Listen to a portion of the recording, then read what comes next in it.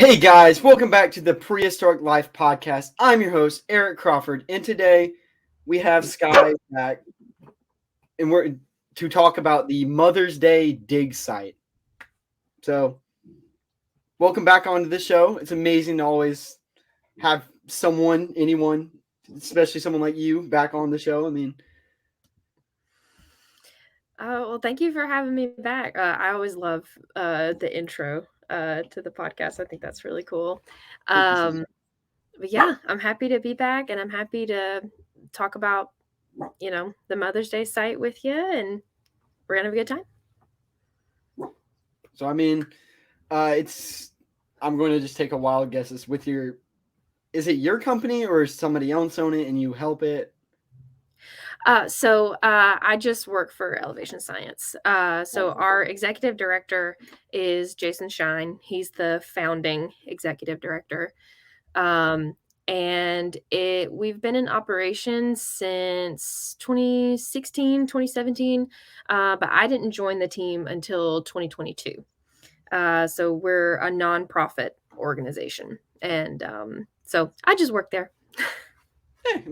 And I didn't say anything, but there's Instagram. You could all probably figure that out.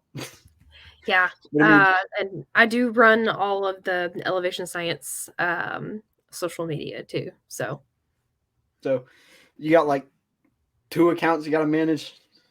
Yeah, but I pour a lot of my energy into the Elevation Science one because that's the one that really, really matters to me. But so for now, my account is really just for fun. Yeah, I personally don't have like a personal account.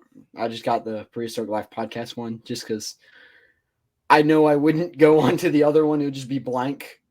So Yeah. A lot of my friends, they like to separate their work Instagrams, like their paleo Instagram, from their personal one. And I can definitely see the appeal of that. But I'm really more of a like keep everything in one place kind of gal. And but I understand why people would want to keep stuff like that separate. But speaking of keeping everything in one place, let's talk about the Mother's Day site. yes. Do you have any specific questions about it, or do you want me to just jump right in? You just jump right in. What is it? What happened there? What's going on? Okay, so there is a lot going on. And I personally had never heard of this site until I started working there. And this site is actually really special to me because that's where I found my first dinosaur bone. I had found fossils before, like fossil invertebrates, and I found, that mosasaur that I mentioned before, and like ammonites and stuff like that. But I had never found an actual dinosaur bone.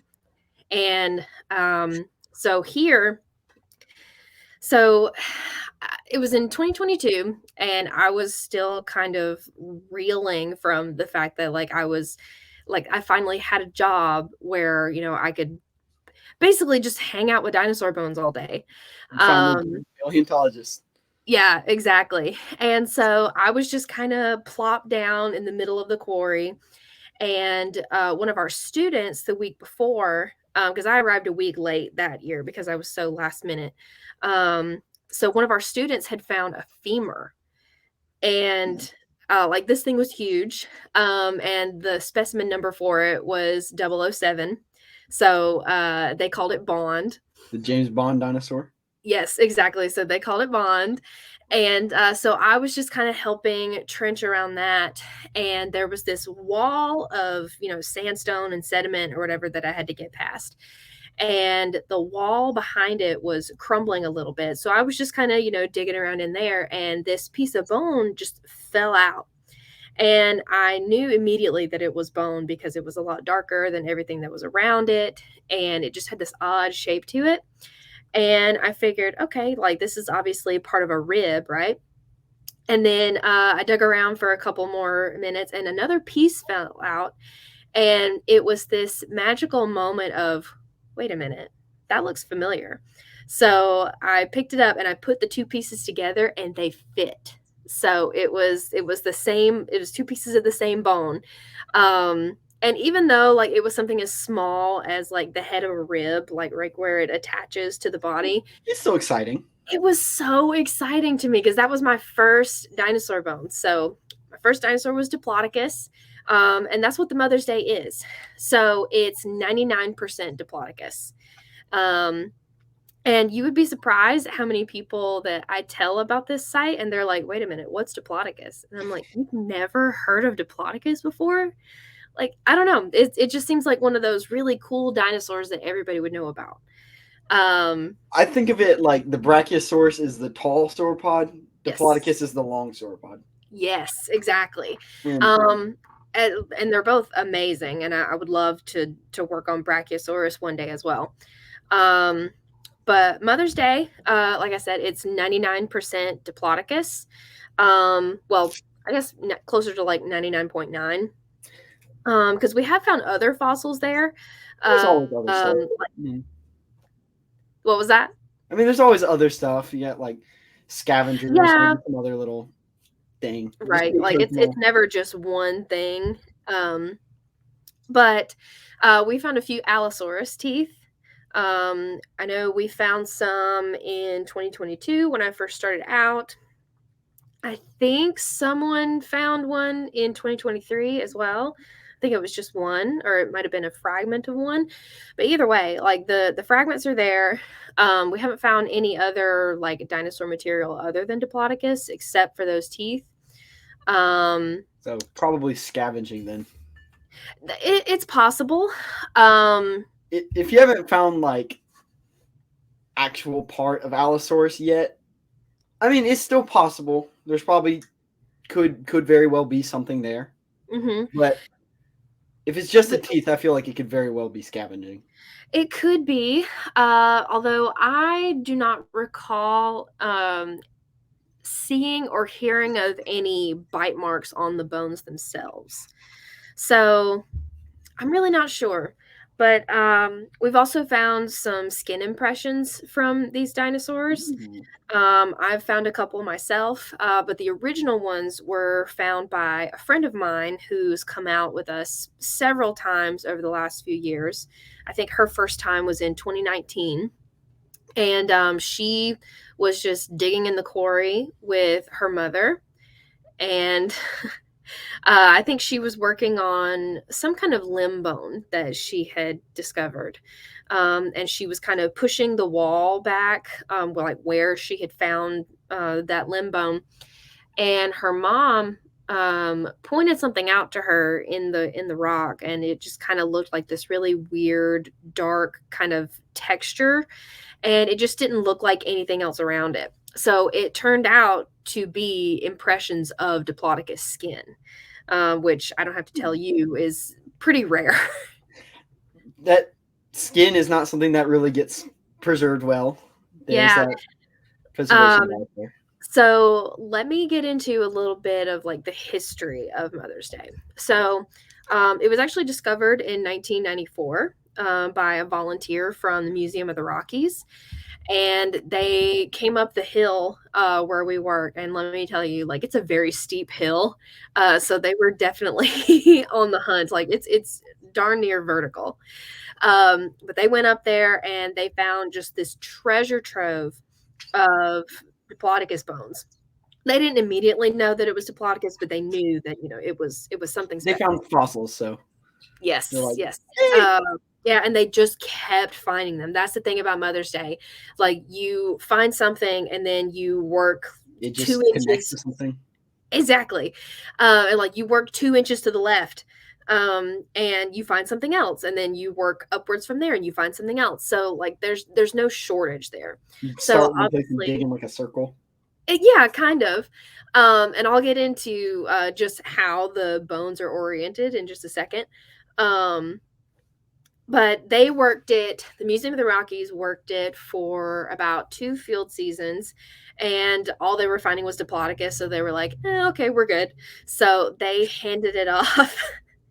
They handed it off later to the Cincinnati Museum Center in Ohio.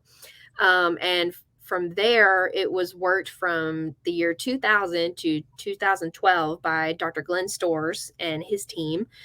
And during that time, they recovered over 2,000 bones by just their team.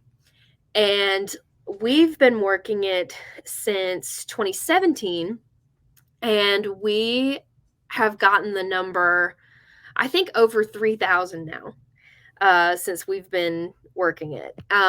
It's absolutely incredible. We've found everything from femora to other limb bones to vertebrae and those skin impressions.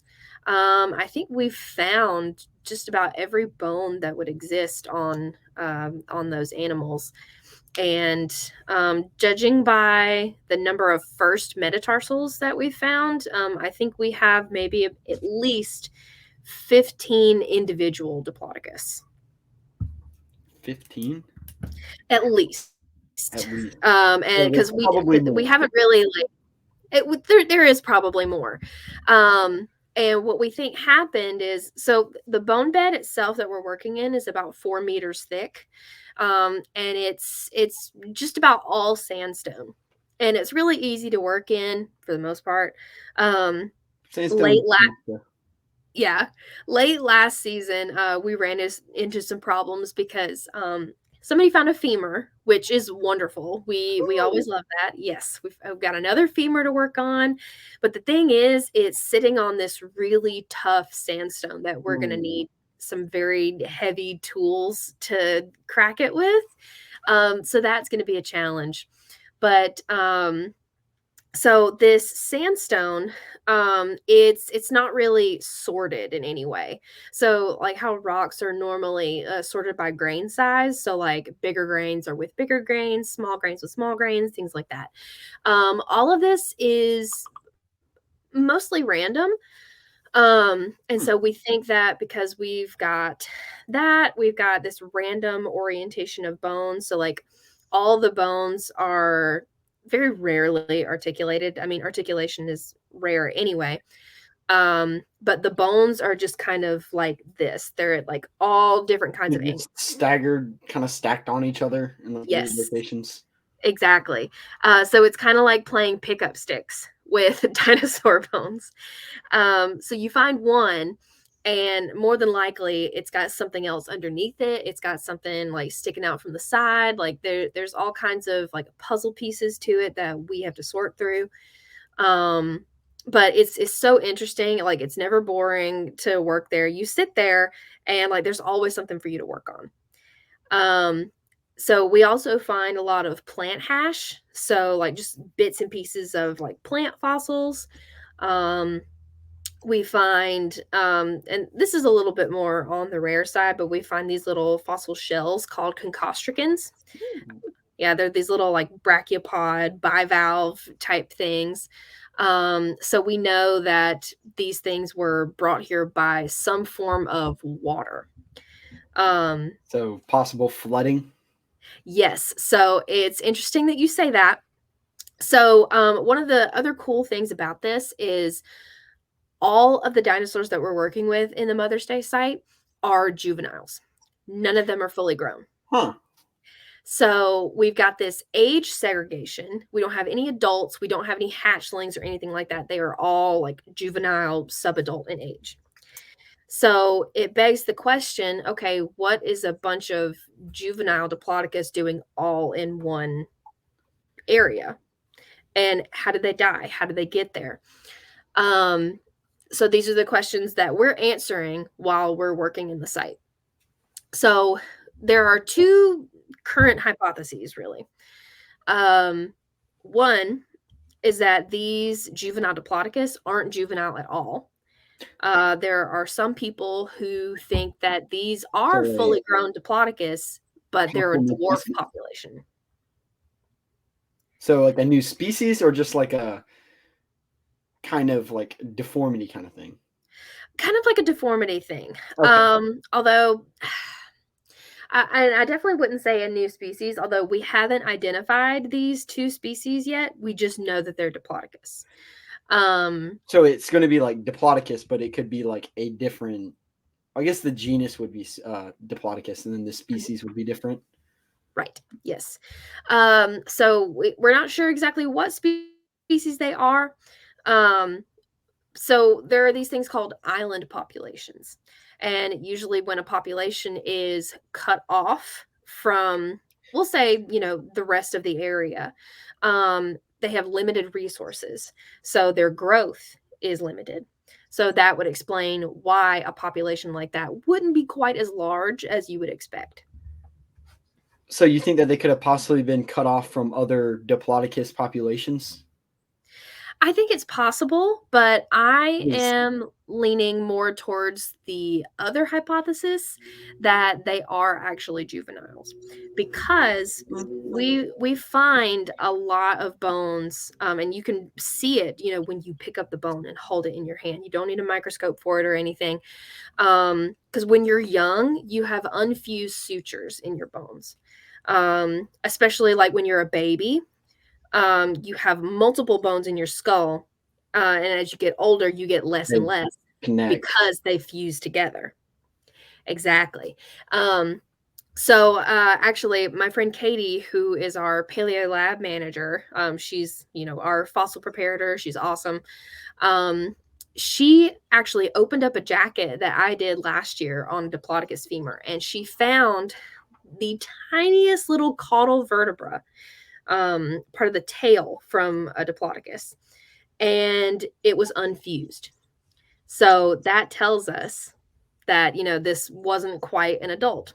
Either And Diplodocus lost its tail very young and it never grew back, or it was an adult. no, So I wouldn't think so. So what we think, the current leading hypothesis is that these juvenile Diplodocus kind of like separated themselves from the herd, and like went off and did their own thing. Um, and of course, in the Morrison, you see the trend of like wet seasons and dry seasons. So, probably what happened here is that the rain that year was a little late. And the Diplodocus juveniles were waiting around their usual watering hole, maybe, or a river or something like that. And it was dry. And the rains never came on time. And unfortunately, that would mean that the herd died of dehydration. So they all died at the same time due to lack of water. And we can tell that they desiccated in the sun for a little while. Um, and it took a while for the rains to actually come. So we see that in the bones too. We can see that they kind of dried up a little bit before they were preserved. And that's also how we see skin impressions, Diplodocus because juvenile. those, yeah, exactly. I wonder what that would taste like. But yeah, so like they laid there in the sun for a while, probably for about 2 to 3 months. And that's also Wow. why we see skin impressions. And of course, and stuff like this happens today too. The rain did finally come, and it was a lot. So there was a Flash lot of like, flood, yes, possibly. flash flood. Um, so we think that these dead Diplodocus were picked up by this flash flood, and were carried off in a debris flow. I think they were probably carried away for maybe about a mile. And of course, this caused all of the bones and elements and stuff to kind of jumble it up, kind of like bone soup. Just Yes, kind of exactly. crumpled to one area. Right. Because see, if it were just water, I think it, would have made a huge difference. But this was a debris flow. Like this had a bunch of like plants and mud and limbs and dinosaurs. So like it was just all kind of jumbled up in there together, kind of like a dinosaur jambalaya. And and that I think caused the like really random orientation that we see in the bones, because normally you would think that when something like lays down and dies, it would stay in that position. Yeah, But we have almost complete disarticulation at this site, with the exception of some that we found articulated. fairly together. So, I Yeah, mean, yeah. We actually found Or those ones that are articulated, do they tend to be larger, or are they roughly the same size? roughly the same size. In late 2022, um, that 007 femur that I was telling you about, so that got excavated and jacketed that year. So, what happens with that process is you basically do the top jacket first, and then you kind of tunnel underneath it a little bit, and then you flip it to do the bottom side. So, what happened was uh, they put the top jacket on, or we put the top jacket on, and then it was time to flip it. And unfortunately, I wasn't there for this. I'm really upset about it. But I did end up seeing it the next day. Um, but they flipped it, and I actually have a video that I posted on Elevation Science of this. But there was some articulated, I think they were dorsal vertebrae. And anyway, you can see the neural spines on the vertebrae. So, like, you've got the vertebra right here, and then you've got the neural spines that stick straight up. So, all of these were just in a line the way they would have been when the dinosaur was alive. So I'm gonna go ahead and show this. I know it's rather late in the episode already for this, but for those of you who don't know what Diplodocus looks like, there it is. Yes, Just there she blows. there. And that's actually really interesting because the Diplodocus that we work on are juveniles. And so that one right there looks like to be about the size of an adult. Yeah, fully grown. So the ones that we're working on are probably half the size. At least, at most, probably 3/4 of that size. Yeah. Yeah. So pretty big size difference. But the stuff that we find is it's still huge. And we have to kind of remind people that we're working on juveniles here. And we have to tell them, okay, look, this is pretty much a baby that you're dealing with right now. So, like, imagine how big the adult would have been. You work on giant animals, then you're like, wow, this thing's still huge, and you're like, oh wait, this one gets bigger. Why? Exactly. Why? Like people will ask to like see pictures of fossils that I've taken, and one that I really like to show people is a femur that we found last year. You've actually seen it before. The one where I'm sitting next to the femur and like the blue tank top. The same one I'm probably going to use as the I show people that one, and I'm like, yeah, so this is a juvenile Diplodocus femur, and they're like, juvenile? You mean like a baby? Like that's a baby? And I'm like, yeah, if you can believe it. Speaking of that, I may or may not be able to. I'll try to link our first interview somewhere somehow. Okay. I'll figure that out in editing, but I just thought that was worth saying. Yeah, absolutely. But, I mean, these things are massive. Like, they are the giants that, because everybody likes to make the jokes about how there used to be giants, but these things were giants, and it's not a joke anymore. I mean, no, it's not. And it's really fun to imagine what seeing something like that would be like if you saw it in person. Like even as juveniles though, I mean, they would shake the earth when they walked. I mean, like, and we only have their bones. I mean, speaking of that, here's this new camera that I got. So a little Diplodocus skeleton here. You were talking about the spinal part here. Yes. You kind of see those. Yeah, those really long spines in the middle of the back. I believe that's what we found in 2022. So they were all just in a line, just like that. So, I mean, and that thing is like probably like 1 trillionth of the size. Yeah. So it's a huge size difference. So it's really fun to remind people, like, hey, you're not dealing with the full grown thing here. So just keep that in mind. I was fortunate enough this past year when I went to SVP. I got to see one of the few skulls that have been found at Mother's Day. This was the smallest one, I believe, and his name is Andrew. But it's on display at the Cincinnati Museum Center. That's cool. Yeah, and I love the little teeth right there, the little eye pockets.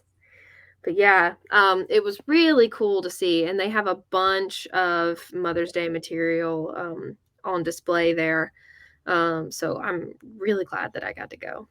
So I've kind of always been trying to plan to get a second interview with everyone, but I saw this post that you made, so this is probably. Let's see if it'll load. There we go. Oh yes, you hold the Diplodocus skull. So I mean, is that like a mold or not a mold, a cast, or is that like a real one? Oh no, definitely not a real one. It's like I'm not. So this is an Apatosaurus skull. Oh. Yeah, no. I would not be holding. A real skull, because those are just way too delicate. But yeah, so that's just a replica. And from what I can tell, it's a life-size replica of the original. It's like the size of you. It is. Yeah, actually, I think somebody in the comments said that. That because you see these things on mounts all the time. So like you go to a museum and like you never really see like a sauropod skull by itself. Like sometimes you'll see like a Stan the T-Rex skull just kind of like, sitting on the floor and it's like eye level with you. But these things, sauropod skulls, are never really brought down to our level. And it's interesting to see somebody like me, and for reference, I'm 5'2". So it's really cool to see it like on a, on a human level. That thing is probably the size of your. I'll give you from like. What would that be like? Where your hips kind of meet your spine to like right under your nose, kind of. Yeah. So that's at least like a good not 4 feet, probably not 4 feet, but like that's at least a good like 3.5 feet. Yeah, like it's as big as my torso at the very least. Was it heavy? Now that one particularly was heavy because you can see like all the cavities and stuff that are filled in. And I think that's just to keep the replica from being super brittle. And the real thing, that's one reason why, I would never really want to hold a skull like that, because they are so brittle. And like that's why they're so rare, out in the wild too, because they've probably been lost to time. So we're lucky that skulls like this one have even been found. Because the thing about like a femur is that it's like solid bone. Mm-hmm. So it's basically just like a giant chunk of bone. It's going to take a while to break that down. But like a skull, it's hollow. Yeah, it's got all those like really fragile pieces. Especially right there around the eyes too. It's like hole here, hole here, hole here, the mouth. I mean, where the brain would be. It's like there's a lot of stuff there, and it's like, not that I would ever do this, but if you like put too much pressure here, it's going like. Yes, exactly. And at the Mother's Day site, I keep hoping that I always keep my fingers crossed that we'll find a skull, but I can't ever get my hopes up because it is so rare. But I always at least hope that we can find a tooth or something. Because those things fell out all the time. So I would assume that they shed them just like other dinosaurs, especially them, because they would wear it down a lot more than, because the theropod gets like one good meal. It doesn't really, and also they probably didn't chew as much. No, I don't think they would have. Grab, rip, eat. I mean, pretty much. Like this is a really weird analogy. But like the other day, you know, I was giving my dog a treat and she didn't chew or anything. She just kind of like took it in her mouth, threw it back and swallowed it. So that like it was a little concerning to watch. But at the end of the day, like you have to think, okay, these are carnivores. And you know, they don't have, you know, the same kind of teeth that we do. Like we're gonna take our time and we're gonna make sure that we don't choke on it. And but they no, I think they would just kind of like rip and swallow. Trying to grab something because this T-Rex tooth that I finally got one after how many ever years, months, days, etc. Beautiful. I mean, you can see that it's much more for like stabbing, not for like grinding away at something. Mm-hmm. Yeah, that because if you think about it, you know, with our canines, like we don't use those to chew. We use that to like latch on. Because I mean, I just like spat on myself. That was nasty. Like sauropods. Actually, I can kind of use this one, even though I have a sauropod tooth somewhere. I mean, you can kind of see. Mm-hmm. Probably not the best example for the front ones, but I mean, they're a little bit more rounded. Yes.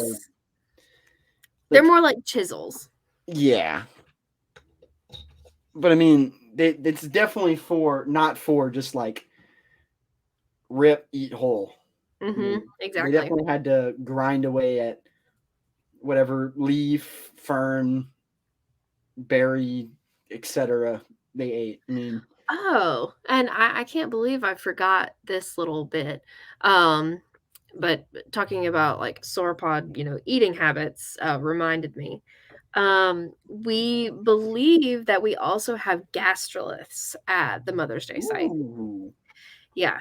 At least that's what we believe because they don't look like any other kind of rock in the quarry. Like I said, most of it is just pure sandstone and hardly anything else. But occasionally we'll run into these really dark colored, very smooth stones. And it's almost like they've been put through like a rock tumbler, or it's like something that you would find stomach. Yeah. So I mean, sauropod, you know, could be another word for a rock tumbler. But like they're really, really smooth, and like nothing else in the quarry is that smooth. So it's kind of like if you picked up a stone out of a river, like a little stone that's been in that river for a long time, and like it's been rubbed smooth. So personally, I can't think of anything else that it could be other than a gastrolith. So for those of you who don't know, a gastrolith is the rocks that sauropods is probably the most famous example. But I think ducks do it too, if I'm not mistaken. I probably I don't know actually. But it's basically rocks that they eat. That they don't eat it, but they swallow it and it sits in their stomach. And as plants or in maybe some other species cases, whatever comes down there, it helps it basically grind it up to digest it. Yeah. And if I'm not mistaken, they get that smooth because of like stomach acids. Yes, they spend a lot of time in their stomachs, if I'm not mistaken, and so that gives it a lot of time to like really smooth over, and then eventually they just kind of pass it out, and they pick a new rock. Now I know that there are some studies out there that talk about the possibility of sauropods choosing specific kinds of rocks for that purpose. I mean, but I don't know. There would probably be a definite. They might have like each sauropod might have like a favorite kind of rock or something. I mean, we can't ask them. They probably didn't speak English. No, unfortunately, we can't. I guess it would depend on the species, the location. Mm-hmm. What's available there. I mean, it would be so many different factors to that. But I mean, that very well could be that they preferred maybe river stones because they come pretty round already. I mean, yeah, it is possible.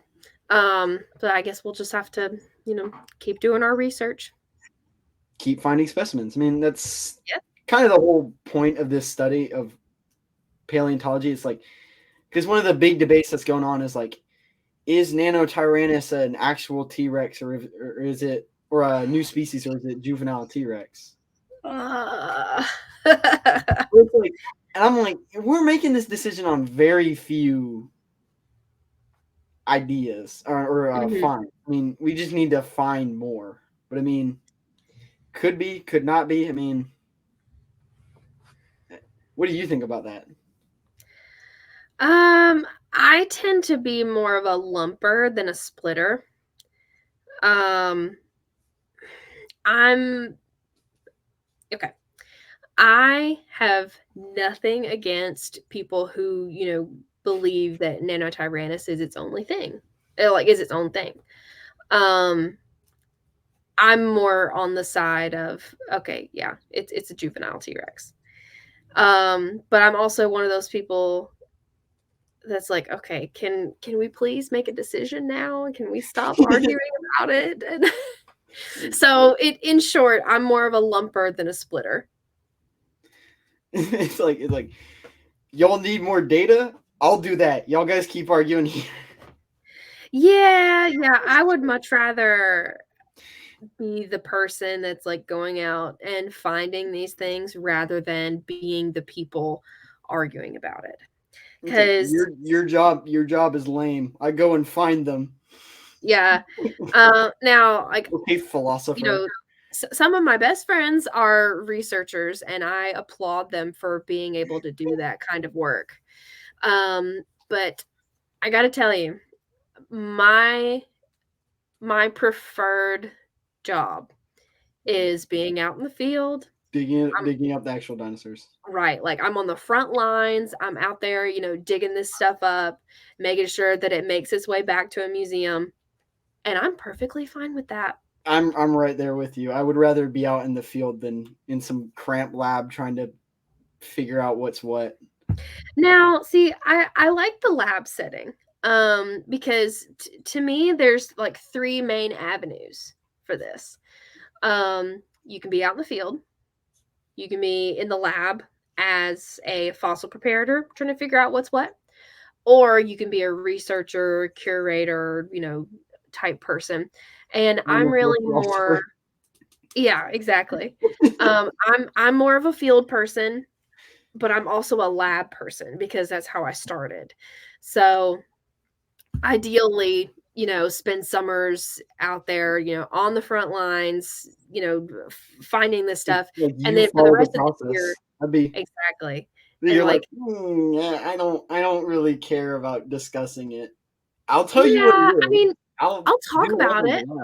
Like, I will 100% talk about it.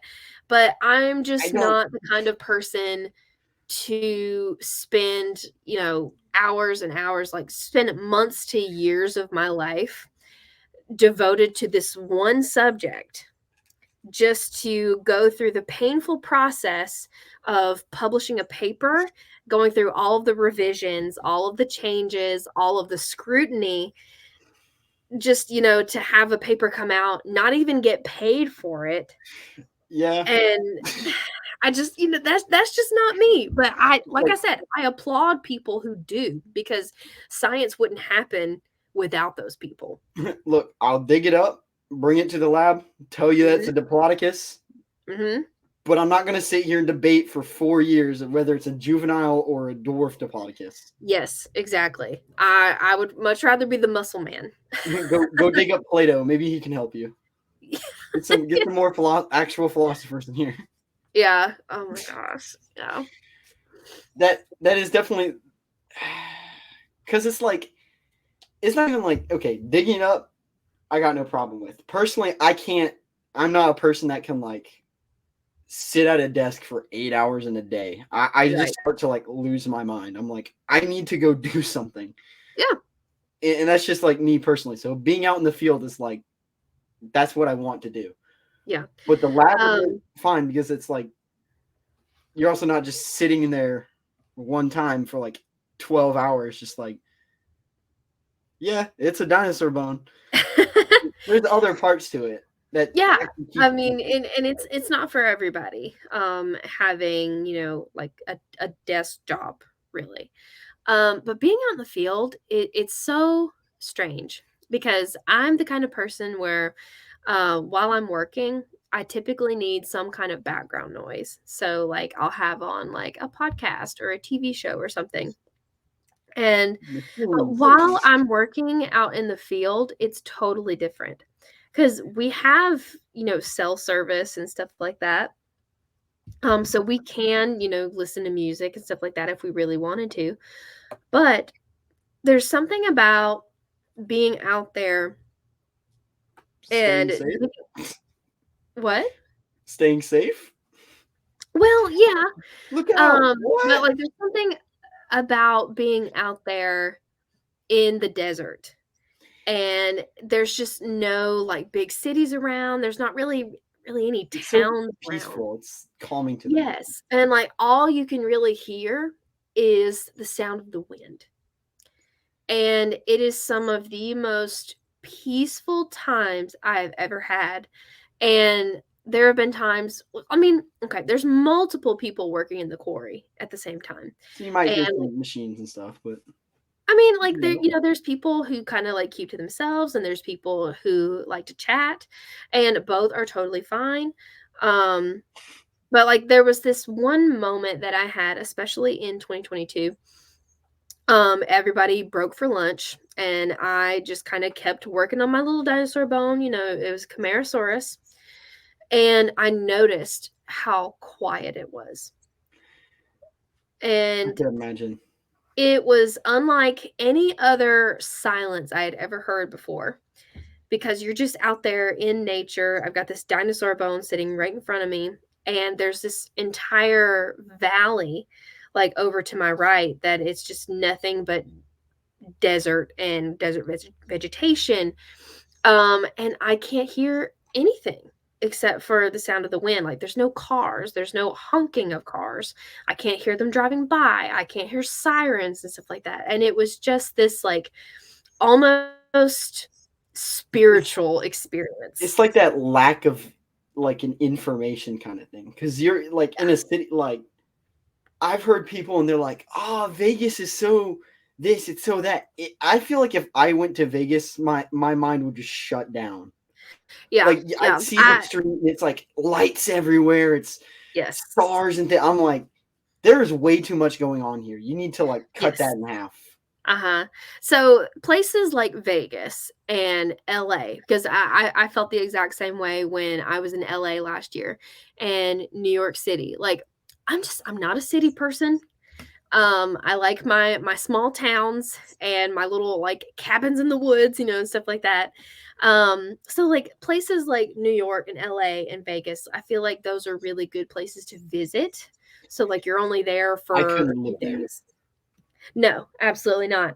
I was there in LA with my husband last year, and he was like, "You know what? I think I could really live here in LA." And I was like, "Well, you can live here by yourself because it ain't gonna be me." It's like, I'll keep the other house. See you later. Yeah. Although, I mean, I wouldn't say no On to the being outskirts able of to. town. Well, yeah, I mean, I did like the desert environment of it because I saw people. I'm a big plant lover, and they had just a bunch of cacti and succulents like right outside their house, and like it was awesome. And of course, I love how dry the western part of the U.S. is. It's not It is very humid dry. like the East Coast is. Um, but yeah, and like there's a huge difference between sweating here in the East Coast. You sweat because it's hot, but then you get to like, or in the West Coast, it's like you sweat and it's like a dry sweat. Mm-hmm. But in Yeah, the and East Coast, it's like sweat, but it's also like weirdly sticky because it's all humid outside, and you're like, yes. And that's part of like what I love about being out in the desert because like yeah, I'm sweating, but I'm not absolutely miserable because of humidity. Like, there have been times where I was doing field work in Alabama, and I thought I was going to pass out from the I humidity could and the imagine. heat. But while I'm out there in Montana, it's different. Like, yes, I'm hot, but I'm not miserable. So it's kind of like I was built to dig up dinosaurs out west instead. I mean, the only experience I've ever really had out west is Utah and Colorado. Hmm. Technically, I've been to Seattle. It was Hmm. a layover flight, but I don't. I was in Seattle. I wasn't in Seattle. Yeah. But I mean, and Alaska. I've been to Alaska, but that's just cold. Yeah. It's cold year round. Middle of summer, it's still like 40 degrees. You're like, can we turn on the heat? Yeah. It's not really like that out west though. No, I would imagine not. Maybe in the winter, Yeah, like far maybe. north, like Montana in the winter, you get snow. I mean, I'd love to visit Montana, but I mean, definitely summer or spring. I am so excited to go back. I mean, and not just because of the weather. I mean, I love Montana. It's my favorite state that I've ever been to. I think it's gorgeous and just all around wonderful. The people are great. But more than anything, like I've really been missing field season. And I guess it would be the perfect situation if I could just, go to field season and then like have my husband around at the same time because like he's the main reason. um I don't know, it's hard being away from friends and family for that long, but the dinosaurs do kind of make it worth it. That's the other part. Hmm. So it's like that's the part that nobody ever really talks about or sees, and that's the part Hmm. that I know I'm going to struggle with Hmm. because it's It, going there for that first time. You're definitely like dinosaurs. Oh my god, they're everywhere. You can dig them up here and you'll find something. You dig it up over there, you'll find something new. But you're also like, I feel like after a month, I would be like, I miss my parents. I miss my brother. yeah, I miss it does get a little hard technology. towards the end of your trip. Now the first time I thought that it was going to be a lot harder, but I was kind of a special case. So 2022, like I was a last minute staff member.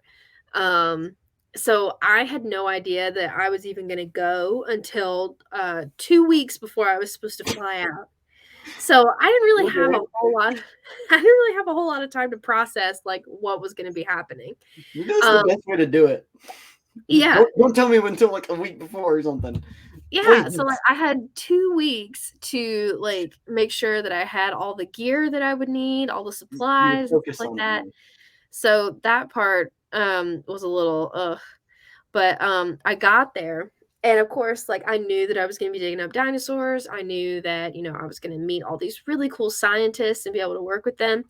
Um but it didn't really hit me until like maybe halfway through the field season that they're like, "Oh, I I don't get to see my family. yeah, I don't get to see my parents. I don't get to see my husband. I don't get to see my pets or anything for these entire 2 months." So that part was hard, but 2023 was actually a lot harder for me, and I couldn't even begin to tell you why. I think it's because I mean, if I really think about it, I think it might be because I did have all that time to process what would be happening, and I had plenty of time to think about just how long I would be away. Because 2023, I was out for the entire season, Oh so yeah. I was away for even longer. And but I mean, after like the first week and like you really start to settle into the life of field work, it gets a little bit better because during the day you are so busy trying to keep yourself alive Really? I feel like that first week you're just like, all right, I'm getting settled in. Hmm. I'm starting up. And it's kind of like a little vacation, but after a while, it's kind of like one of those things where it's like a vacation that lasts just the right amount of time. Yeah, it kind of is. And But this kind of like goes past that where you're like, I want to go home now. it helps a lot. I mean, there's never been a time where I was like, okay, I want to go home. It was really more of a, oh, well, I wish my husband was here type of thing. I wish my house was here. Right. Like I wouldn't want to stop doing what I'm doing because it's so fulfilling to me. And even though it's super hot and we're dirty and tired and covered in like dirt and plaster and sometimes blood, and it's really worth it. And like I only ever really missed home at night because that's when we had our alone time and we had our free time, and I wasn't so focused on my work. Because during the day, I'm like, yeah, I'm happy. I'm working on dinosaurs. Ha ha ha. But then I get home and I'm like, you're like, you just lay in your bed awake at night and you're like, I've got nothing to do. Yes, exactly. I mean, we have things to do back at camp. Like we have classes at night and there are chores to be done. And like we all have dinner together and things like that. But it's really around 8-9 o'clock at night or something where you're sitting in your cabin.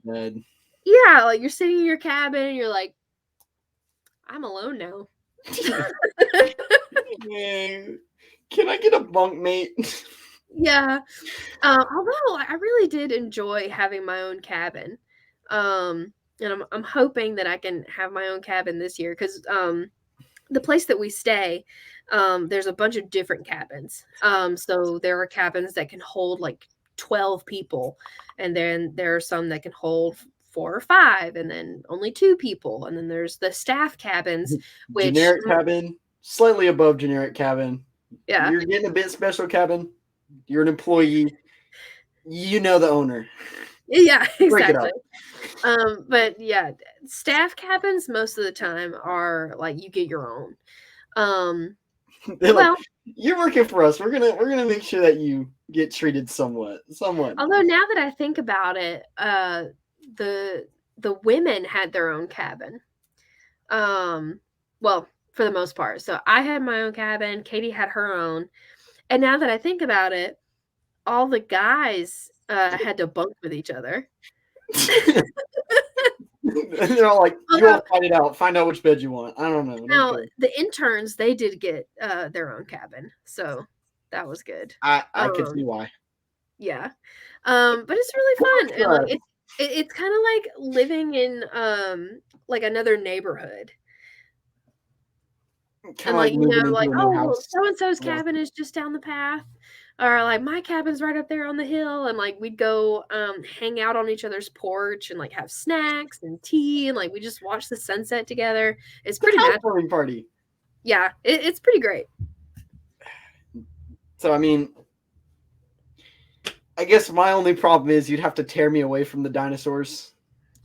Yeah, although I mean, when you're out there, I mean, it's fun. It absolutely is. But there does come a point in the day, like later in the day, where you're like, okay, I would love to stay out here, but I am so tired. Out. Like it's time to tap out. And because you don't really realize it at the time, but you're out there and like there's not really much shade. Like we have these tents that we bring out there so people can sit in the shade whenever they need to. But most of the time, people are sitting there working on a dinosaur bone pretty much all day except for lunch. And they don't realize how much energy the sun is sapping them from. Yeah, I can imagine it. So like you're sitting there like hunched over a dinosaur bone all day, and like your body is just kind of contorted in all these weird ways.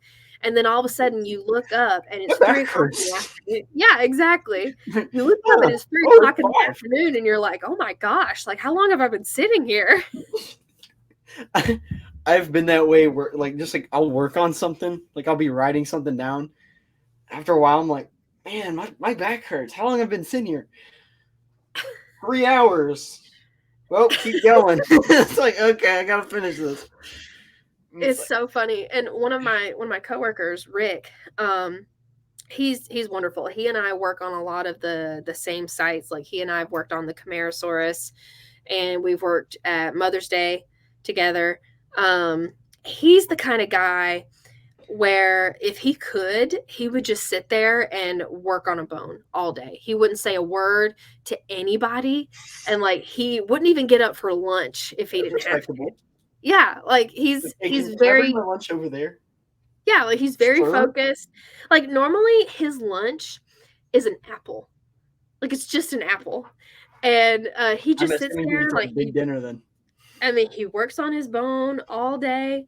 So if he could, like he would just sit in that one spot all day and he would be happy. Because I mean, I'm guessing he either eats a big breakfast or a big dinner. Yeah. I'm guilty of it. Most of the time I skip breakfast. I very rarely eat breakfast myself, and then occasionally I'll just skip lunch. Mm-hmm. I'm just like, I can do it. I'll just do it. At dinner time, I'm just like, all of the food, please. I mean, when you're out there, you know, it's really easy to get caught up in the process of what you're doing. But we try to tell people, like, look, it's super important that you drink a lot of water and eat your lunch. Yeah. Because the sun and the work itself are sapping your energy and you don't even know. I'm guilty of not drinking enough water.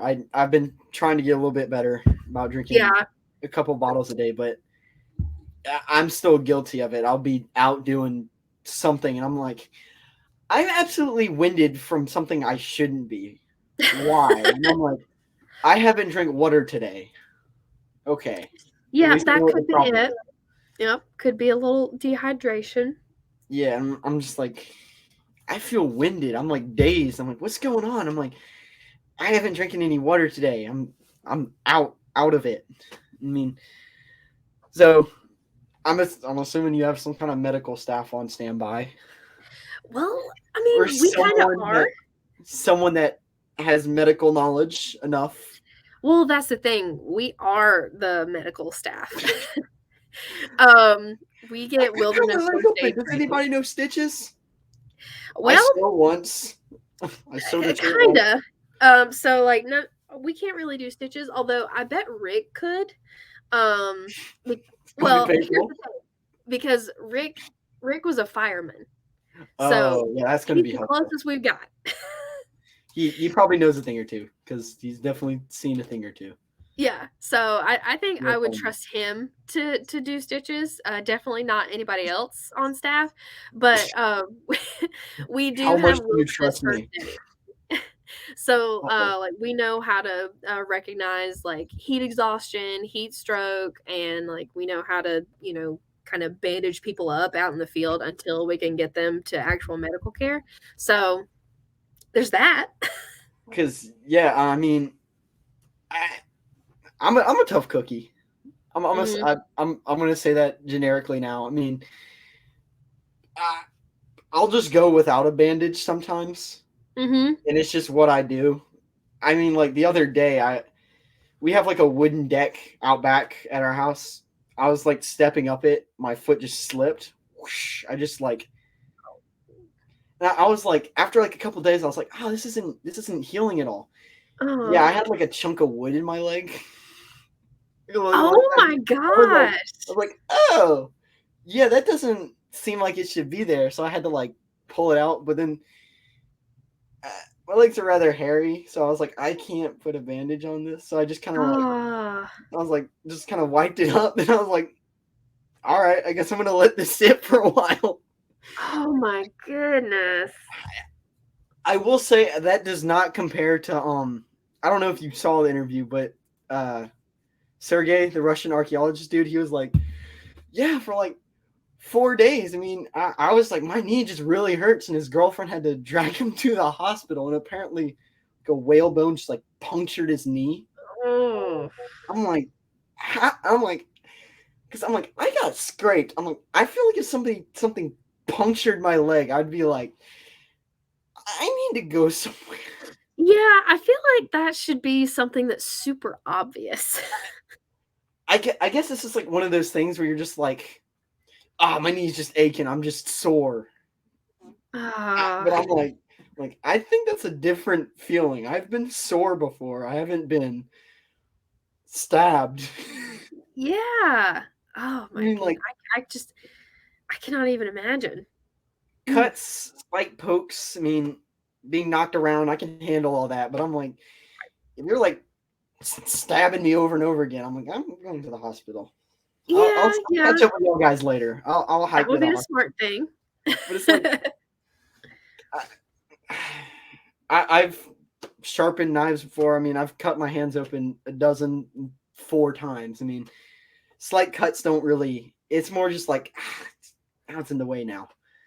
Don't want to get it dirty. Don't want to get infected. But Mhm. it's like it's one of those things. But I mean, speaking of blood, completely changed the topic here.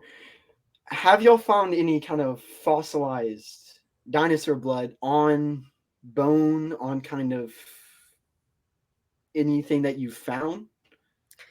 No, honestly, I can't think of any record of any kind of like fossilized blood. The only time we ever really talk about dinosaur blood when we're out there um is when we're teaching people how to prospect. That sounds like a metal Um band. yeah, Dinosaur blood. yeah. But like we'll find these pieces of spongy bone. Um and or like we'll show people, like this textbook piece of bone. And it's got these little, holes in it, and that's, where we tell people like, yeah, like this is where the blood vessels in the bone were and things like that. I think I worded that wrong with fossilized bone because I don't think blood fossilizes No. as much as it does. What would be the correct term? Iodines. I mean, it kind Mm. of the actual blood. I mean, if anybody has seen like blood after a week, it's not red anymore. It's like brown. Oh yeah, yeah. So, I know what but you're talking about. that's because of like the iron contents in the blood. So you get Mhm. more like like the very red iron contents on Yeah. So okay, the I think I know iron what you're blood. saying. So That kind of no, thing. nothing like that as far as I'm aware. And I think it would be almost impossible. Just because of the fossilization process itself. So like there could have been traces of blood, or in fact there was more likely, traces like that when the animal was still an animal. Because I mean, not to say that they're not animals, but Still, like once still once they become fossilized, they meat on become bone. rocks technically. So like the original material has been replaced. So I think it would be a little hard to see traces like that after something's been completely remade, pretty much. Because I mean, I know that you wouldn't see like you the likelihood of you being like here was a major artery would probably be like but there I mean I'm sure there are plenty of fossil cases out there. I can't think of one off the top of my head, but where it's some kind of like the iron in the blood kind of just stays behind. Yeah, That can't really evaporate, and like a I mineral like that doesn't disappear easily. I have seen people talk about like some really well preserved bone surface where they were able to see like where a major artery was and like where like a really big vein had run through and things like that. I can't remember what specific animal it was, but I remember something to that effect about like where they could see like where the arteries were and things like that. At least on that specific bone. I just looked up iron from what did I look up? Iron from blood on fossil. Something from the Smithsonian magazine about a fossilized mosquito.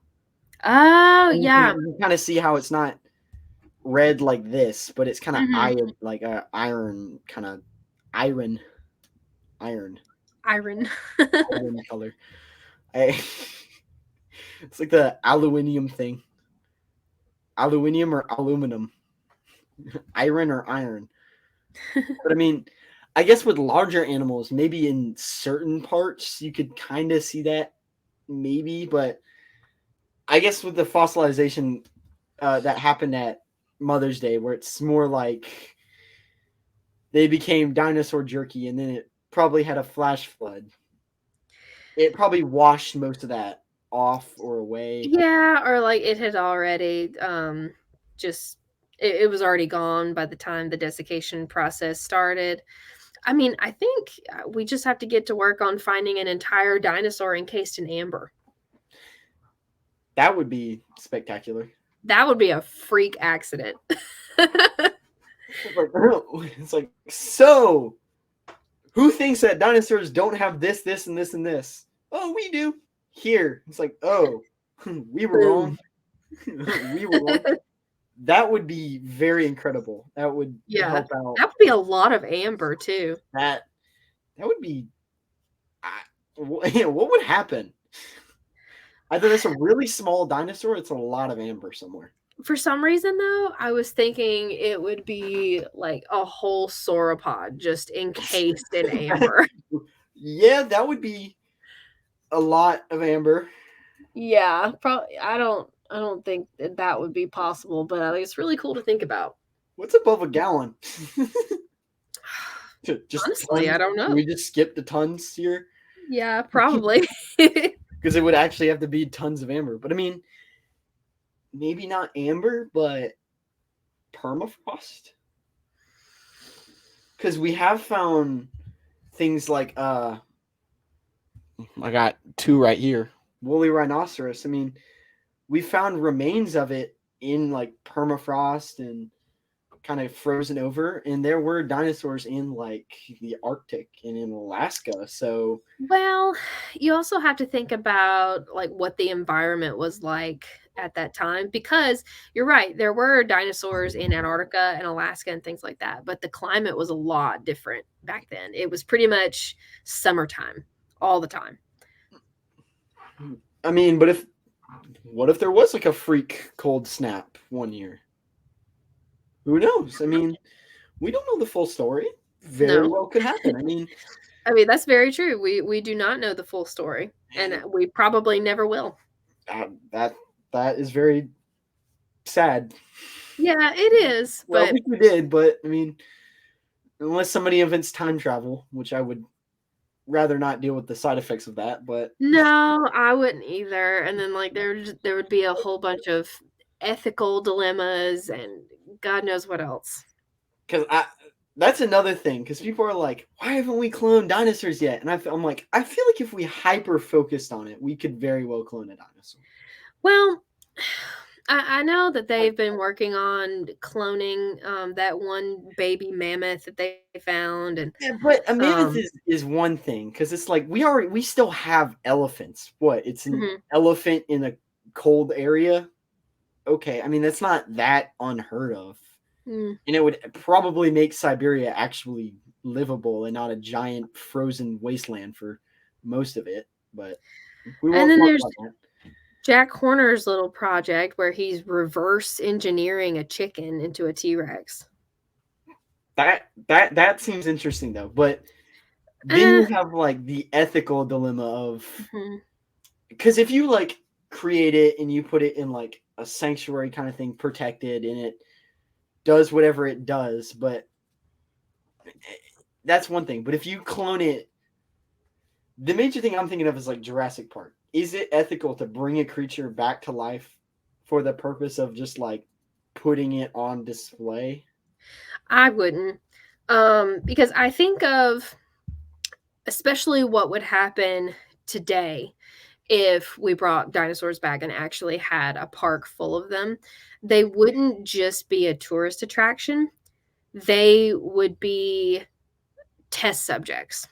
Yeah. Because the animals that we have alive today, like they're testing dummies for makeup products, medicine, like all this other stuff, all this needless testing that goes on.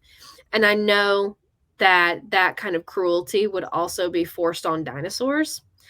And it makes me sick to think My about it. thing is, if we brought them back, how many random diseases would they have? Well, This video is going to get flagged for me saying this, but COVID was already horrible enough. We don't need dinosaur COVID.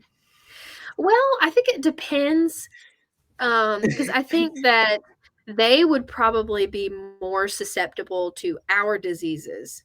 Because if we're just bringing them back, like if we're like cloning them, or doing some kind of DNA extraction, like they did in Jurassic Park, I think that Like, how many they random would diseases not. would we exchange? Right. Like, I don't think that their immune systems would be able to survive here. And neither would ours for them. But so like maybe there are some weird prehistoric diseases somewhere. Hmm. Maybe we shouldn't invest in figuring those out. We would Maybe some also stuff. have to think about like I'm the just saying, kinds of maybe some stuff environment. is they lost time. We would also have to think about the kind of environments that they would need, because things like elephants. Elephants shape the environment around them. And an elephant, Yeah. like an animal that big requires a lot Think of about like a nutrients. sauropod, because it's one thing Yes. like a tiny little dinosaur like Archaeopteryx. Hmm. I mean, no offense to Archaeopteryx, it's probably not shaping its environment. No, probably not in the as same way. drastically as, but like a But sauropod, yes, you kick it off, you lost the giant forest. animals like sauropods would 100%, like they would wreck the ecosystems the way they are right now. On top of the fact, let's say we bring T-Rex back, most famous dinosaur, the most dinosaur. Whoever brought it back, screw you. Why didn't you bring a herbivore back? Because let's not start with the dangerous death predators. Yeah, I'd want to start with the gentle ones first. I'm just saying, maybe, and I'm calling out Jurassic World. Why did you make a hybrid of two death dinosaurs that you created and not two herbivores? I don't know. But would it be able to actually hunt and survive? I mean, I believe so. I think if people allowed it to. Because remember, in Jurassic Park, they were just feeding it. They weren't allowing it to hunt. And like Ian Malcolm said, like it doesn't want to be fed. It wants to be, it wants to hunt. So if we put it in an enclosure and we release stuff into it, I feel like it could hunt it and take it down. But if it were like released, like, because in the newest one they got dinosaurs on the mainland, but I feel like most of them would die off. Sadly, yeah. Because I feel like a white-tailed deer, as stupid as it sounds, could probably outrun a T-Rex. I don't know. I actually don't know the calculated top speed for a T-Rex or a white-tailed deer. So I mean, you would have to like. So I mean, maybe on top of the fact is there anything big enough for a T-Rex to hunt to actually sustain itself? Because that's like a T-Rex, like a single person, that I like the likelihood of a T-Rex going, I'm going to specifically hunt that and that alone. Yeah. Like they're feeding it like one goat. One goat isn't going to sustain a T-Rex. No. I've thought about that as well. I mean, honestly, you'd probably have to, like, if you wanted to release a T-Rex out into the wild, you'd probably have to put it somewhere. Either we could probably put it out in the Western United States, and it would probably go after things like bison and like other kinds of cattle. Yeah. Or maybe even in the African savanna, they'd probably go after hippos and rhinos and elephants and things like that. Although I think that we would, well, hopefully not rhinos, and really hopefully not any of them, because I think it would probably bring about another extinction event. Yeah, they would be a predator with no. I don't know. Maybe a hippo can take down a T-Rex. Who knows? I doubt Honestly, it. knowing hippos, they might. I mean, they go toe to toe with like Nile crocodiles just on Yeah. an average basis, and I'm like, So maybe a T-Rex would actually be a challenge. I mean, but like they also showed like Sinoceratops in the African plains, but it's like grass didn't exist. It can't feed on grass. That thing would just Yeah, I die. don't even know what they would do with grass, because we have no guarantee that I don't their even think their diets stomach could even handle it. sustain grass. Like I don't think their stomachs could handle it because they wouldn't No. like how like cows can't eat corn. Yeah. I mean, they probably can't eat grass because they don't know what it is. Yeah, I mean, they would probably be attracted to it just because of, it would probably look similar to like vegetation that they're used to. But I don't think that their stomachs would really be made for stuff like that, because their stomachs would be more suited to like rougher vegetation. Yeah. So I mean, they kind of showed and I feel that the worst ones for like the ecosystem would be like the little tiny ones like Protoceratops. And hear me out. It's not because they would get loose. It's because everybody would be like, look how cute it is. Let's keep it as a pet. And then they realize that it's like a dangerous animal. And then they just release it into the wild. And then they like breed uncontrollably. Mm-hmm. And then you get like 100,000 Protoceratops in like a tiny community. Yeah. Because it's like one of those things where it's like, maybe let's not do that one. Yeah, all in all, I don't think that bringing dinosaurs back would be ethical. Um, really, in any case. Also, I mean, you would have to do it in like a giant domed enclosure where you control the environment. Because we could say that it's for science, that like we could treat them, like today's animals to study, like up close and personal, but there's no guarantee that we wouldn't have that bias because they would likely be genetically engineered. So we wouldn't really have the authentic thing to study. Like the whole thing in Jurassic Park where they're like, these aren't dinosaurs, they're monsters. And it's like, you're wrong and you're right. Right, because like they're not dinosaurs. It's but based on a dinosaur, but you have so many other weird components tossed in there. Like, yeah, like snake and frog DNA. And I'm like, I mean, frog DNA is where they really messed up. But I mean, maybe if they threw some bird DNA in there somewhere, they could have bridged the gap a little bit better. Maybe let's maybe like study the animals that you're tossing in there so that you don't get a billion raptors on your island. Yeah. I mean, also, we were talking about grass. One thing that I find really funny. So the first remnants of grass was like 70 million years ago. Right. Like right there. It says 70 million years ago. But grasshoppers, let me pull that up, were long, it doesn't, when did grasshoppers first appear? 200 million years ago. Oh. So they're about 130 million years early.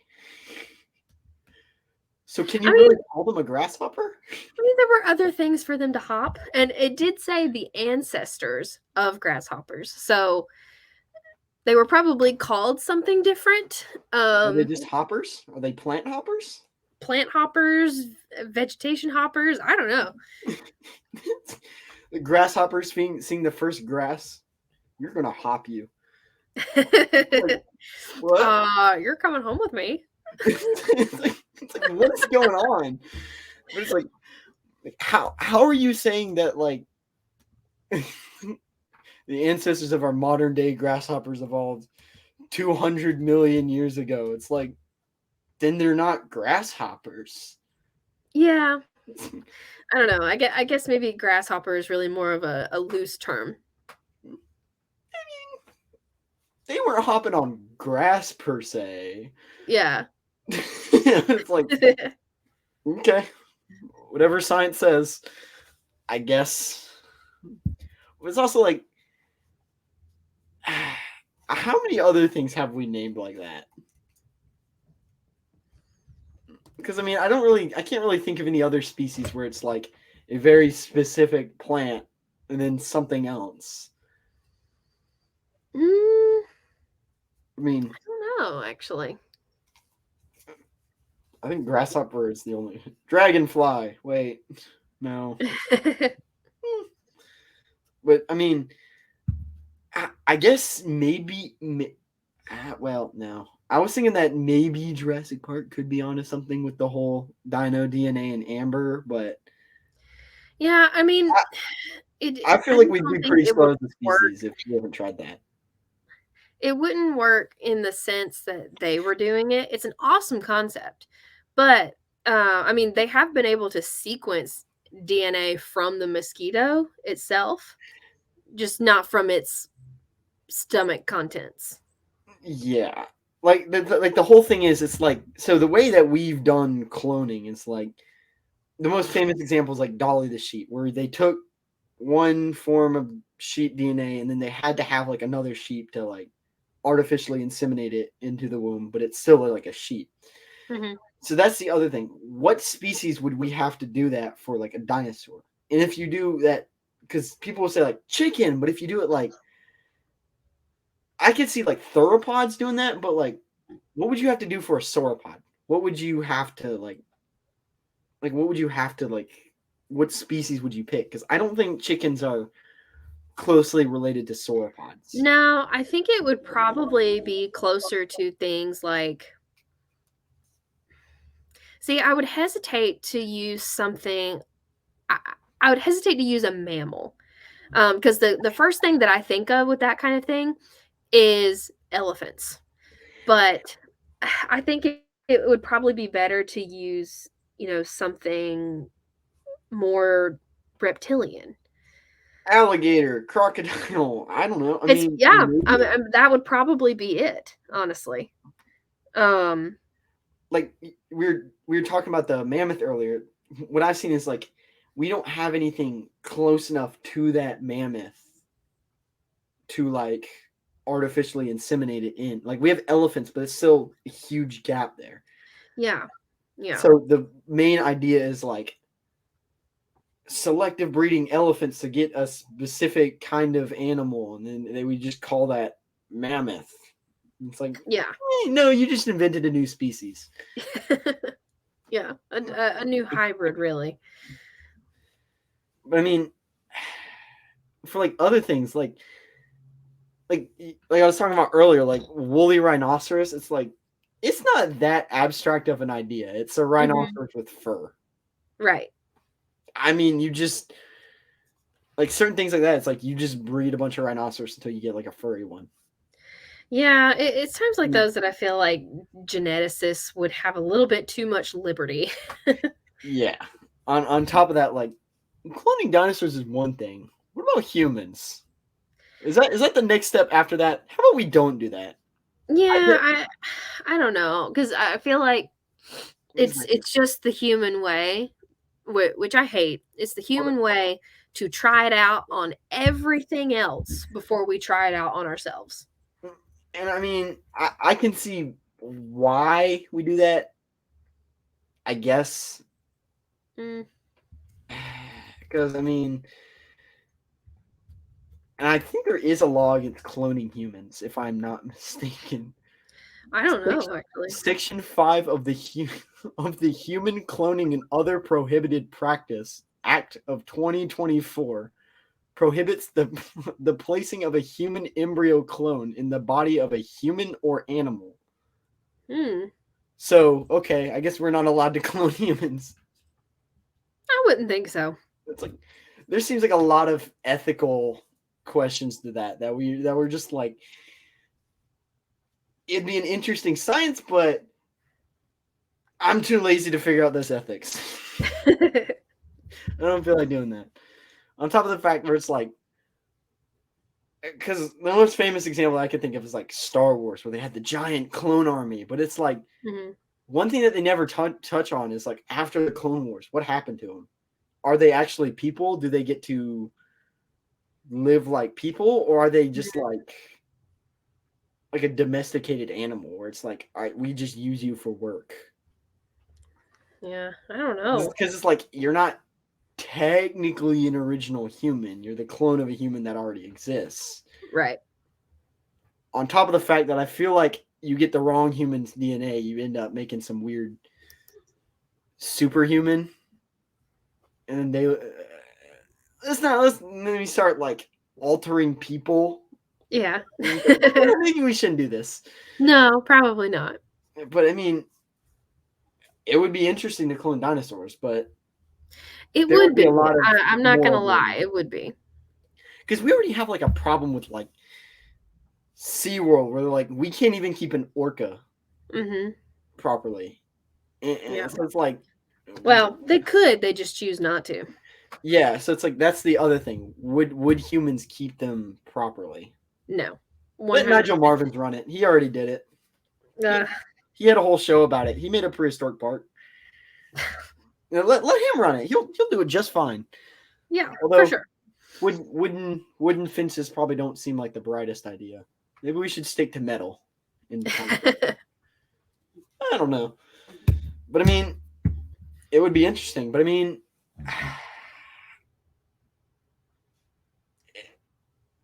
let's not get into the moral debate. Let's because sheep's one thing.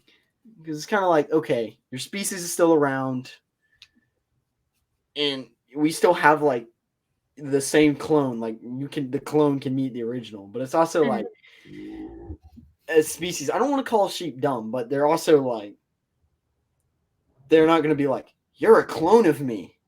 They're going to be like, oh, it's another sheep that's very similar to me. Exactly. Which also really makes me think, if I like clone myself and then something happened in the cloning process, and then that clone became female, I never met the clone, and then I like start a family with the clone, how would the children look? Would it just be more me, or would it be like a new human? What would go on here? I don't know. I feel like random questions. I don't know. I've never thought about that before. Because it's like, it's one thing to like clone a person, but it's also like, what happens if you accidentally make that clone like the opposite gender? I don't know. Something for them to find out, I guess. Or not. Let's not. That's like another thing, like aliens. We've already accepted in our mind that they're like, oh, it's like the alien from Alien versus Predator. It's a xenomorph or whatever. What if it was just other humans? I feel like humanity would not be ready for that. No, I wouldn't think so. It's like, all right, they're aliens, but they're also just other humans. Or like dinosaurs. Like, you're like, oh, we look on Mars, and it's like, there's another T-Rex up there. What's going on? Like, is there a very specific evolutionary track that we missed that causes these things? I'm like, because I feel like you see like an alien and you're like, oh, well, it looks like, you're like, oh, it's little green men or little gray men, and it's got the big head and eye. You're like, okay, honestly, if I saw that, I'd be freaked out, but I also would be like, yeah, okay. Yeah. But like a flying saucer lands and it opens up and it's just like, it's like another you and me. It's like, wait a minute. Yeah, I feel like that would be pretty freaky. It's like, I would not be ready for that. I would not be able to like comprehend that. And that also makes me think, there's so much stuff in our like universe. What if dinosaurs are still out there somewhere? There are people who still think that. There are people who think that aliens hunted dinosaurs to extinction. There are people who think that aliens came here and abducted all the dinosaurs and took them to, a different planet or something. I don't know. I've heard all kinds of theories. Yeah. And some of them are fun to look at for funsies. You're like, you sound really, really crazy right now. Others are like, wait, maybe that doesn't sound too far fetched. Why couldn't there be some kind of other dinosaur remnants on another planet? Because I don't know. Also, like another thing, I mean, if the asteroid missed, would we have like reptilian people? Would dinosaurs evolve out of existence? Would they keep evolving? Like, what would I think they would have kept evolving. If humans were still on track to, make their appearance on Earth, I think it just would have been delayed. Yeah, I mean, because that's like another thing. That's like, let's say the asteroid does miss. Would it just be like humans, but it would just take another 66 billion years or whatever? Would it just take a longer time for humans to come into existence, and there would just be like we just live with dinosaurs, or like? I mean, it would have been, just a matter of time for some other extinction event to come along. I mean, these things happen all the time in the geologic record. So, because I mean, there are definitely some that are like from this planet. Things happen, but the KT extinction, the Cretaceous one, is definitely like a freak 1 in a billion, whatever they found out chance, and that definitely did wipe out most of the dinosaurs, if like 70 something odd percent. But it's also like if like another I don't want to say natural, but I guess it would be natural extinction happened, would dinosaurs like evolve back? Would mammals still be like, all right, here's our chance, we take over?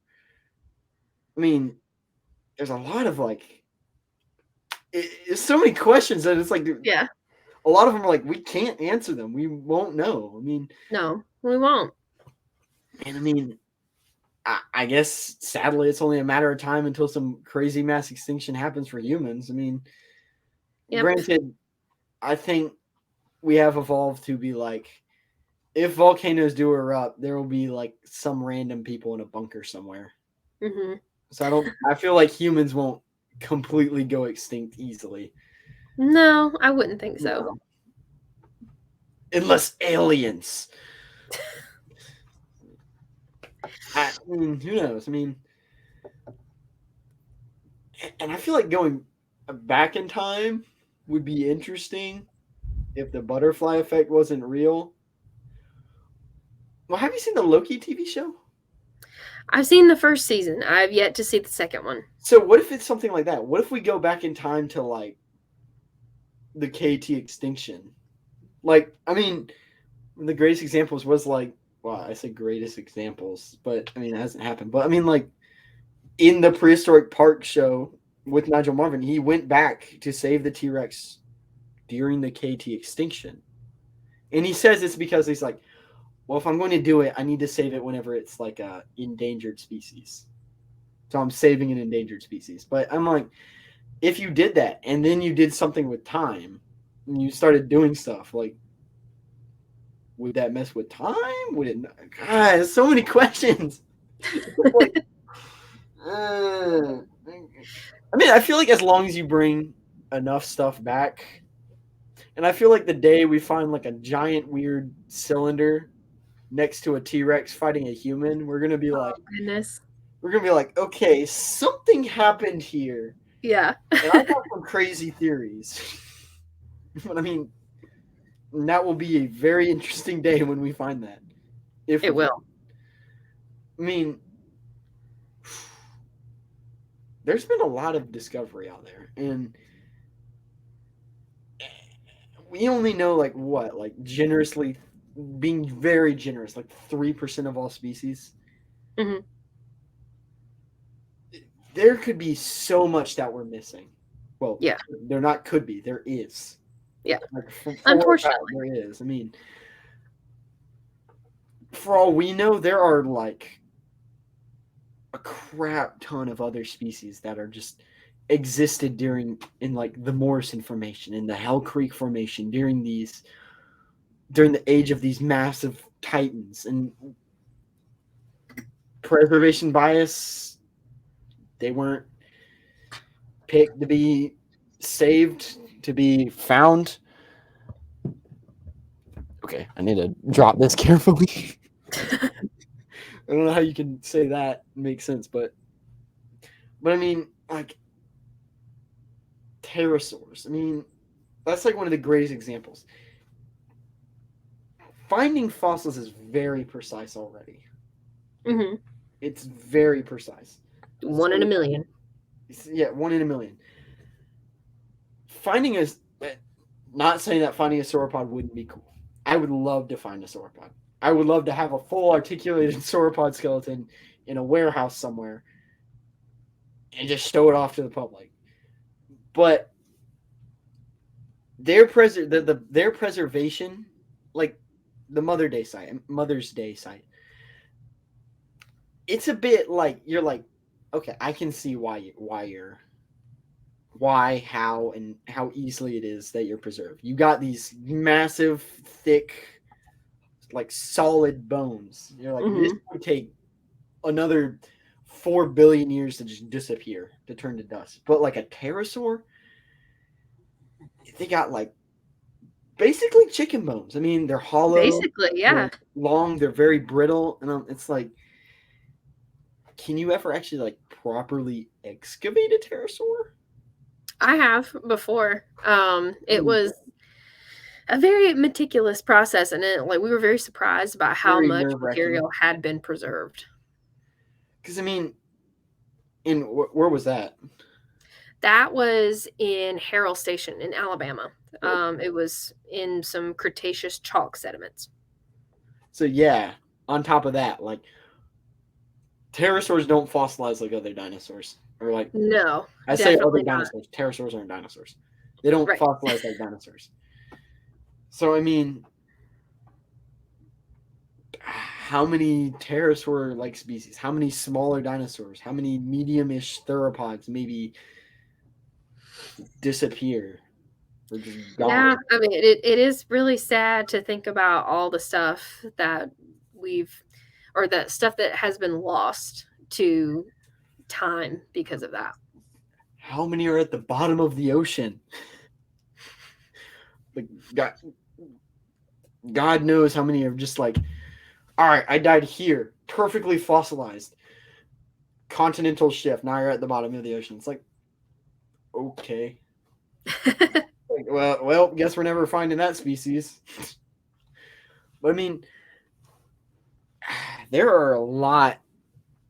Like we have like 700 something odd dinosaur species. That's not including like aquatic reptiles, other like, turtles and lizards and insects, plants, pterosaurs even that live. We have like 700 something odd dinosaur species. Yeah, it's very diverse, and I think a lot of people don't realize how diverse it is. And there's like still more. And I mean, that's the fun part. You never really know what you're gonna find. Well, yeah, I mean, there's always more out there. What you're gonna find, but you never really know until you've completely taken it out of the ground. Exactly. Like, I mean, you were talking about how I was about to say apatosaurus, but they're not apatosaurus. They're Diplodocus. Yes. The other famous sauropod. I mean, you're talking about how they could possibly be dwarf. I mean, like look at the final days of the mammoth. I mean, they got isolated on some island somewhere. It's going to sound really weird, but they basically inbred until they just kind of stopped existing. Yeah. How do we know something like that didn't happen here? Some weird thing happened.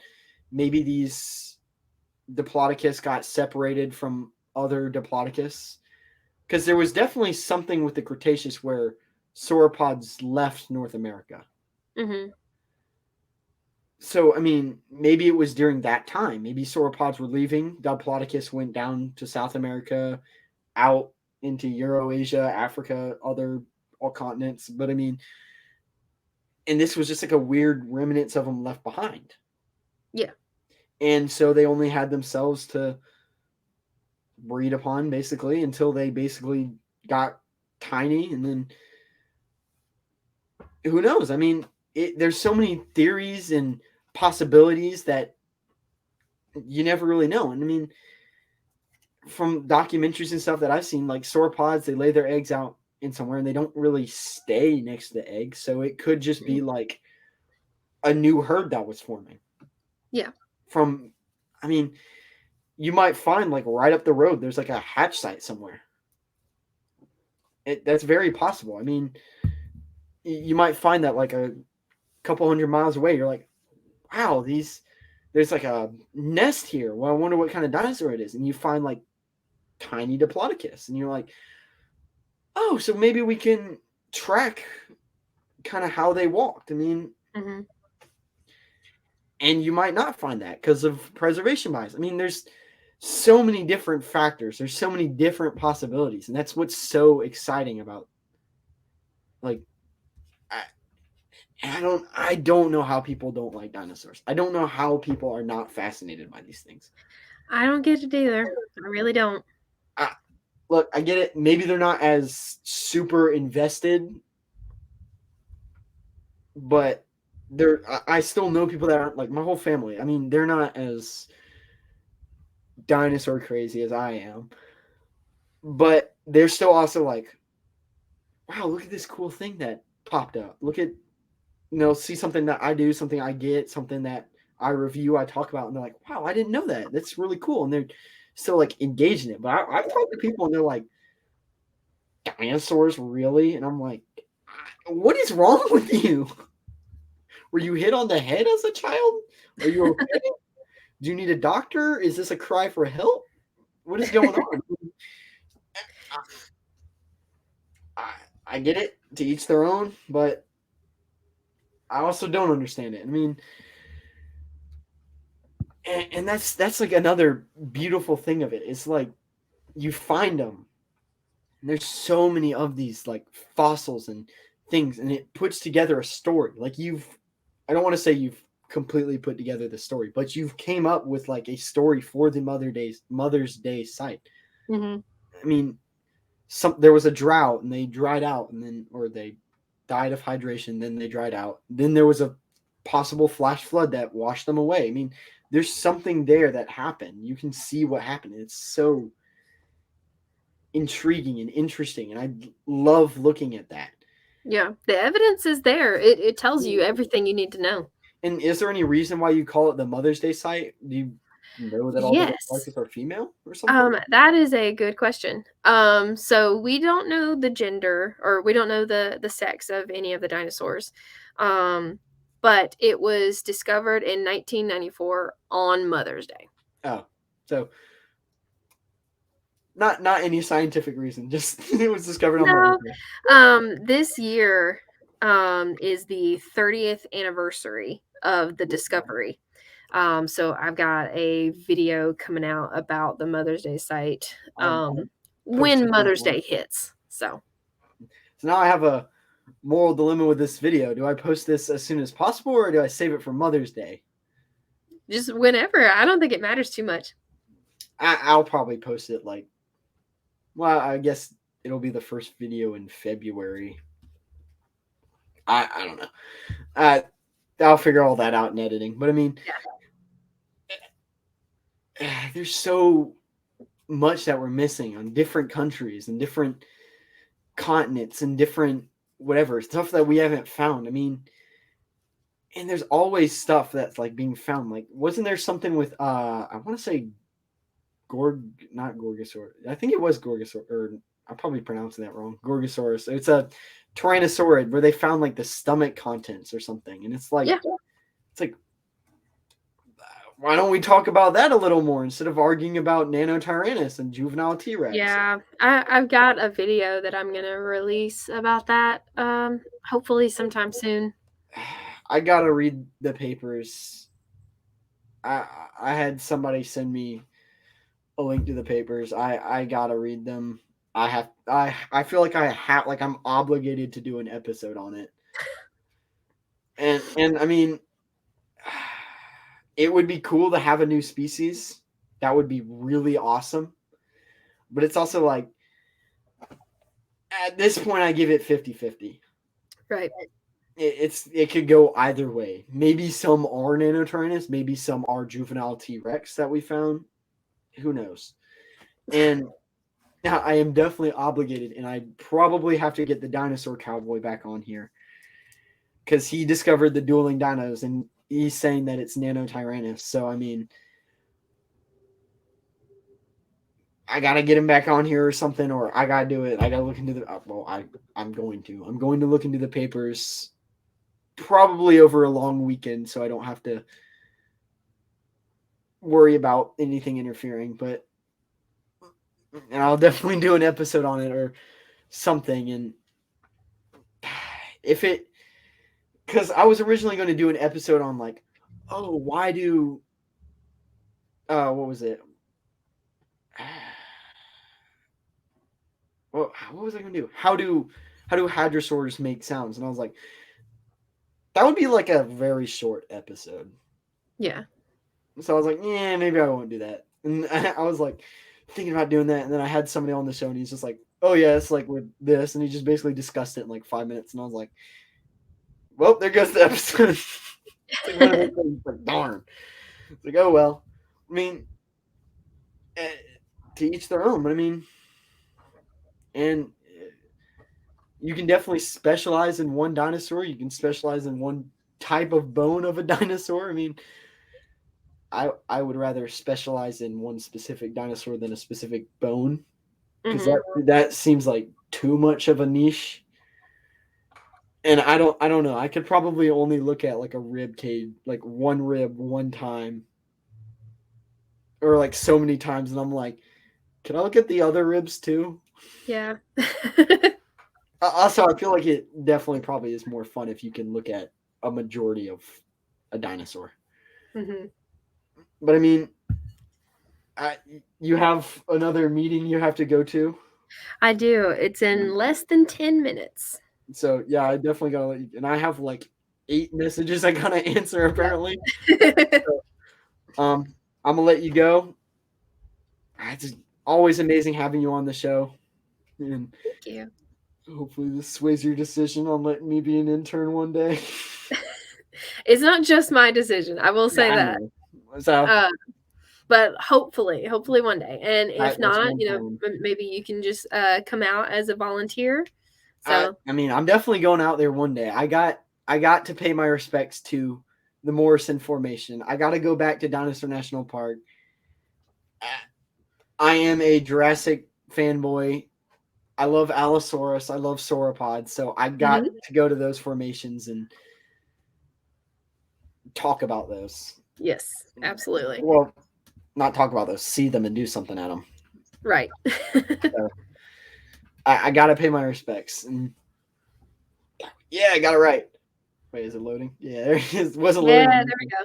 There's Skye's Instagram. Please go follow her. Please go support her content. She's got a lot of amazing content. The latest thing that, unless you have something planned, Poted, was about bear moose. I don't know what I was about to say. Beartooth Mountains, Part 1. So you probably have something else coming out about that. Hint, hint, nudge, nudge. I'm just saying. So I'm gonna let you go. It's always an honor talking to you, and I definitely plan on staying in touch with you. So. Oh, well, that sounds great. Thank you so much for having me. It's always great talking to you. It's always an honor having you on. And anytime you want to come on, just shoot me a message. We'll work out a time. For sure. I mean, so I guess I'll see you. I'll close all this out. All righty. Bye. Bye, everyone. So that was the Dinomancer. Please, I beg y'all, go follow her content. Please go support her. Maybe she'll put in a good word, give y'all some extra content too. If I get out there early, I can make more content about it. So go support her while you're down there. While you're there, go check out the Prehistoric Life Podcast Instagram page. I post additional content, like the latest thing I've posted as of right now was about the gift box that what's his name? Fossil Shack Seth, which I am getting back on the show. I'm going to talk with him in Rex Creek Discoveries. Y'all hearing it now about possibly doing a trio episode about Tucson in Arizona. They went to a show there, so I might do individuals, might do a trio episode. I don't know. I will see what they want to do. I will talk to them. I will build a group chat or something. If they are watching this, you are hearing it now, so maybe. But yeah, there's my Instagram. I post additional content about episodes coming up, about interviews coming up. I'll post something about this one. There's the website, although I feel like I'm missing something. So let me reload this real quick. There's definitely something missing on this. There it is. Dinosaurs will always be awesome. Another dinosaur nerd fanboy. I'm shouting you out, man. It was an amazing interview. So yeah, go check that out. That's where everything kind of is. If you scroll from there, you can get to the YouTube and the Instagram. The YouTube, I try to post everything, or not, yeah, pretty much. I try to post all of my episodes a little bit earlier on there. Speak of nightmares right there. There's dinosaurs at night, and there is Skye the Dinomancer. And we just had her on, and there she is. So, yeah, and I mean, go watch those reels. I mean, go watch the videos there a little bit early. I post additional content like shorts and all that on there. So go talk about that. And this is another dilemma. We talked about dilemmas a little bit. This episode should be coming out. It's like the last day in January. So I will give this a shout out. I guess technically since it's the last day in January, that will be. And this is the perfect episode to do it on because this is the Allosaurus and Camarasaurus crate. Use code Prehistoric Life. Get a free Velociraptor claw. I have both of mine from both of the actually I can set them right here and put on my other camera. Both of my Velociraptor claws. They're amazing. I love them. Get a little close-up view of them. I love them. I love Dr. Brian Curtis. He's an amazing man. So use code Prehistoric Life and get a free Velociraptor claw that way with any crate. On top of that, where is it? Right here. Fossil Crates. Go check out their Instagram page. Please, I beg you, go check out their Instagram page. They got a lot of amazing content. 2, he's an amazing dude. Butter him up. Maybe I can get another internship with him one day. I'm hoping for it. So, I mean, and then on top of that, if you want to go out to some of these museums that we said, like Museum of the Rockies and Dinosaur National Park and whatever other crazy ones. There's one in Utah and Colorado.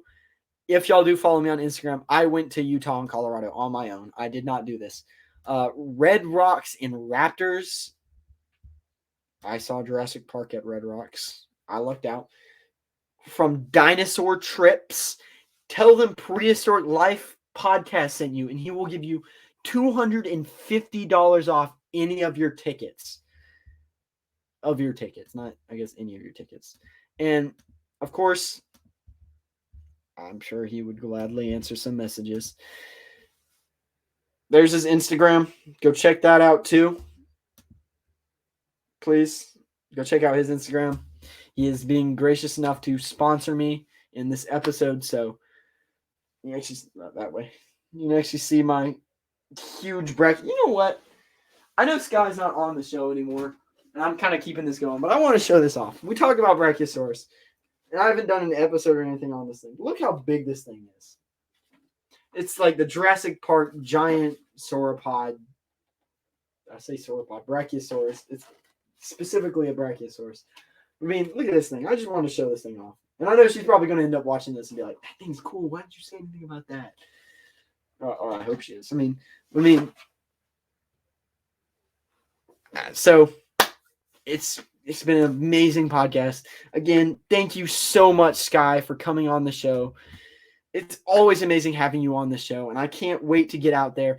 Because even if I don't make the internship, I will definitely be out there one day on my own as a volunteer, as a possible, just on my own, just chilling with you out in the field one day.